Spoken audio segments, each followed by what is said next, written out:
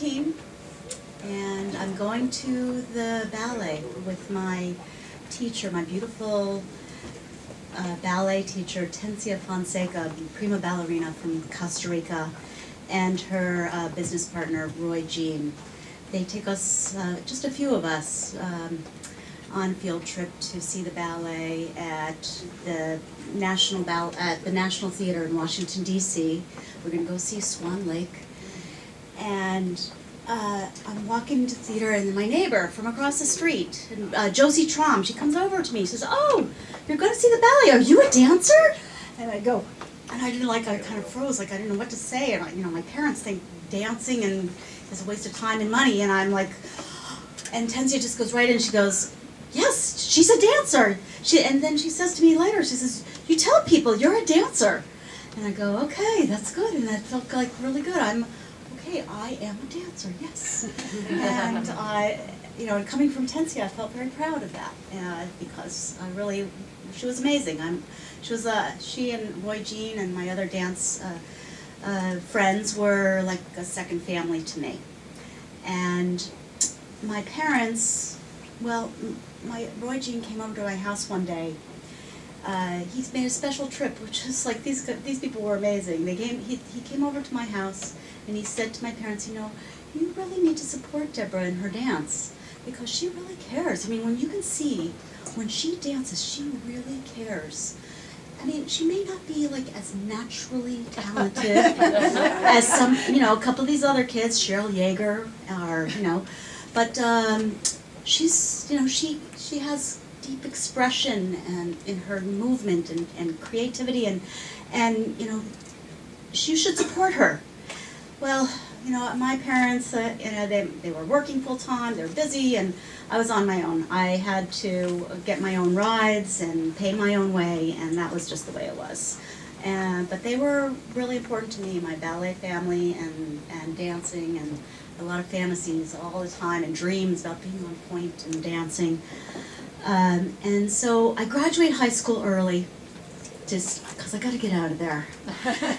And I'm a dance major at University of Maryland. And 2 years into being a dance major, my dance advisor calls me in, and she, Ann Warren, the chair of the department, she says, "I think you should pick another career." And oh my God, that was really painful, because I'm still having these dreams and fantasies about being on point and being a dancer and being in a company but I think, maybe she's right. Maybe she's right. I'm just gonna get out of here. I want to get as far away from my family and this school and the whole state. I want to get as far away as I can without having to learn a new language.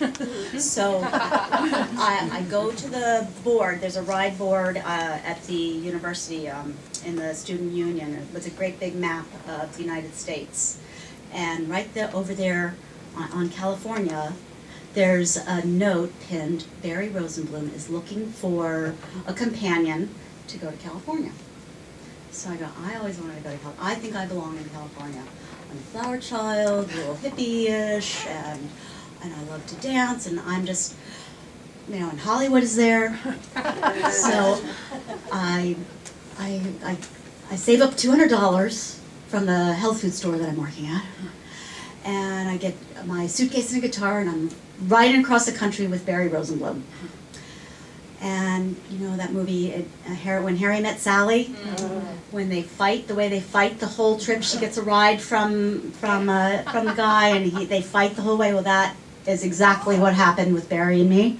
We fought. We could not get along for the life of us the whole entire trip. But in Harry Met Sally, they end up getting married, but that is not what happens for us.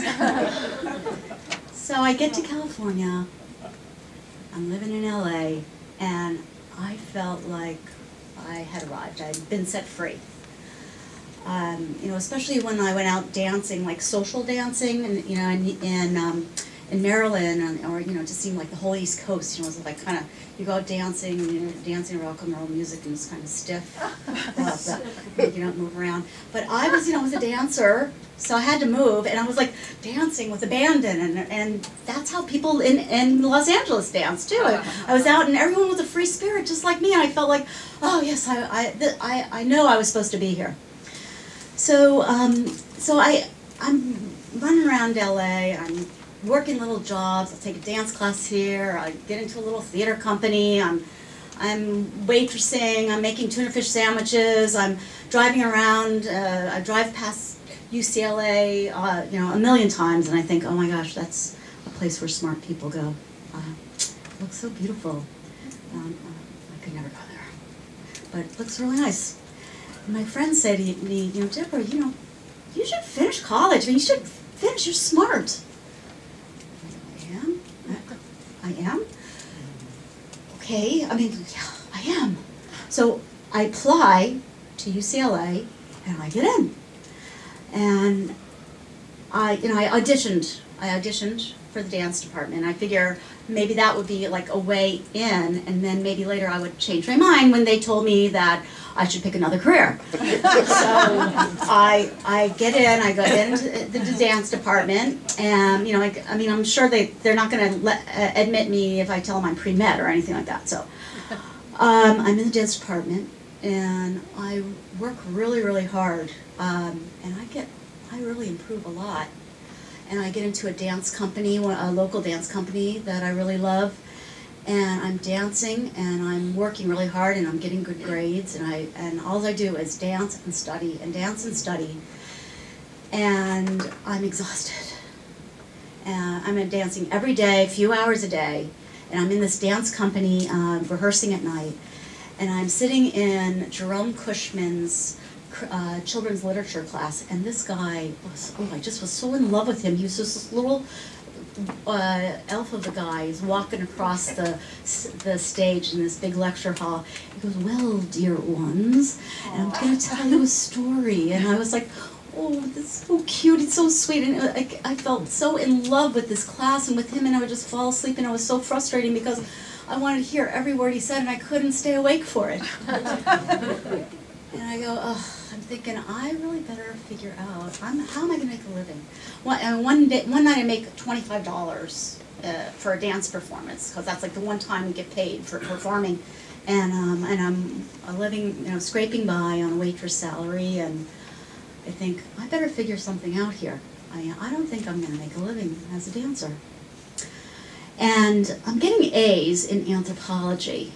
And I think, maybe I'll do something like I'm going to get A's in case I have to go to grad school. Like a transcript with A's is going to come in handy later, maybe. And besides, in anthropology, talking in class is like a requirement.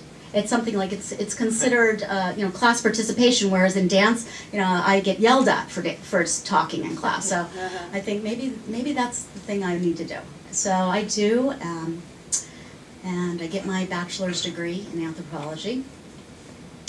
I'm 27 years old, and I start working again, traveling around, getting different jobs, but now they're, a little higher caliber jobs than making tuna fish or waitressing.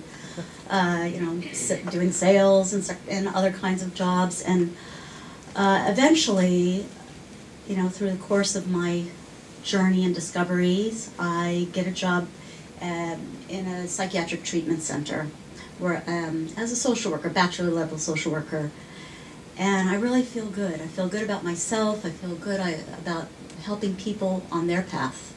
And so I apply for graduate school, and I very easily get into graduate school with my good grades from anthropology from UCLA. I get my degree.